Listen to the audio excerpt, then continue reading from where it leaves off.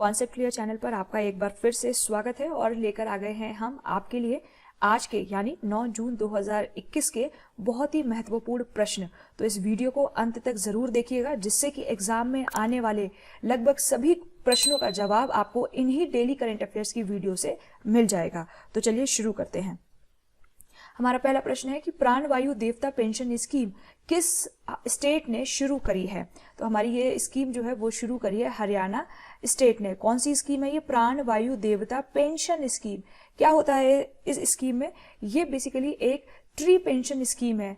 वो पेड़ जो कि 75 साल से ज़्यादा हो चुके हैं, जो कि 75 साल पुराने हैं, उनके मेंटेनेंस के लिए ये पेंशन स्कीम दी जाती है, जिसका कि अमाउंट कितना है? 2500 रुपये है। बहुत ही यूनिक कॉन्सेप्ट है और एक नई तरीके की पेंशन स्कीम है, अच्छी स्कीम है। और ये एनवायरनमेंट डे अभी अभी हमारा गया है, तो उसी को ध्यान में रखते हुए उन्होंने ये स्कीम शुरू करी है। अगला प्रश्न है हमारा, रेमोना रिजर्व फॉरेस्ट किस स्टेट ने डिक्लेयर किया है उसको नेशनल पार्क की तरह से? तो इसका आंसर है हमारा असम। आपको पता होगा असम में बहुत सारे नेशनल पार्क हैं जो कि एग्जाम में पूछे ही जाते हैं, और नेशनल पार्क खुद भी टॉपिक अपने आप में बहुत इंपॉर्टेंट है। तो इसलिए आपको ये याद रखना है कि रेमोना रिजर्व है, इसको नेशनल पार्क बना दिया गया है। और कौन सी स्टेट ने बनाया है? ये बनाया है आपका असम ने। इसके अलावा कौन से और 5 नेशनल पार्क हैं असम में? तो वो हैं आपके काजीरंगा, मानस, नामेरी, ओरांग और दिब्रू सैखोवा। ठीक है, तो ये 5 नेशनल पार्क के नाम भी आपको याद होने चाहिए। काजीरंगा और मानस तो बहुत फेमस है, लगभग आप सोच लीजिए कि किसी न किसी एग्जाम में पूछे ही जाते हैं कभी ना कभी। और इसके अलावा नामेरी, ओरांग और दिब्रू सैखोवा उतना नहीं पूछे जाते, बट आपको पता होना चाहिए। और करंट अफेयर्स के पॉइंट ऑफ व्यू से आपको 6वें नंबर पे रेमोना रिजर्व भी पता होना चाहिए।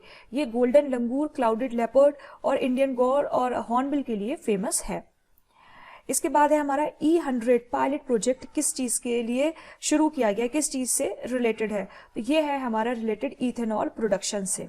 ठीक है, अभी 5 जून को सबको पता है कि हमने क्या मनाया था? वर्ल्ड एनवायरनमेंट डे मनाया था।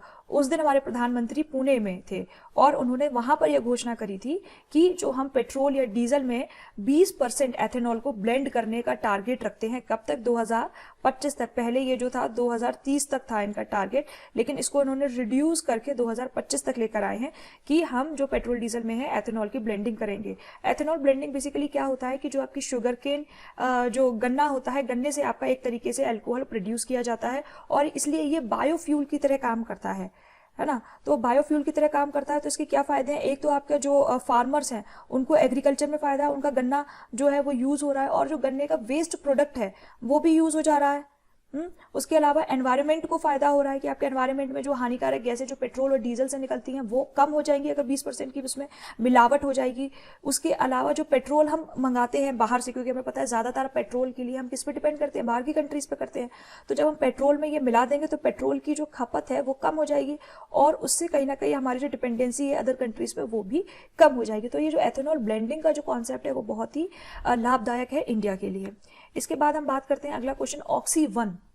इसको वैन मत पढ़िएगा, इसको ऑक्सी-1 पढ़िएगा। ऑक्सी-1 किस स्टेट का कॉन्सेप्ट है? तो ये भी हमारा हरियाणा का है और ये भी इन्होंने अभी वर्ल्ड एनवायरनमेंट डे हुआ था उस दिन घोषणा करी थी कि हम बनाएंगे, क्रिएशन करेंगे ऑक्सी-1 का।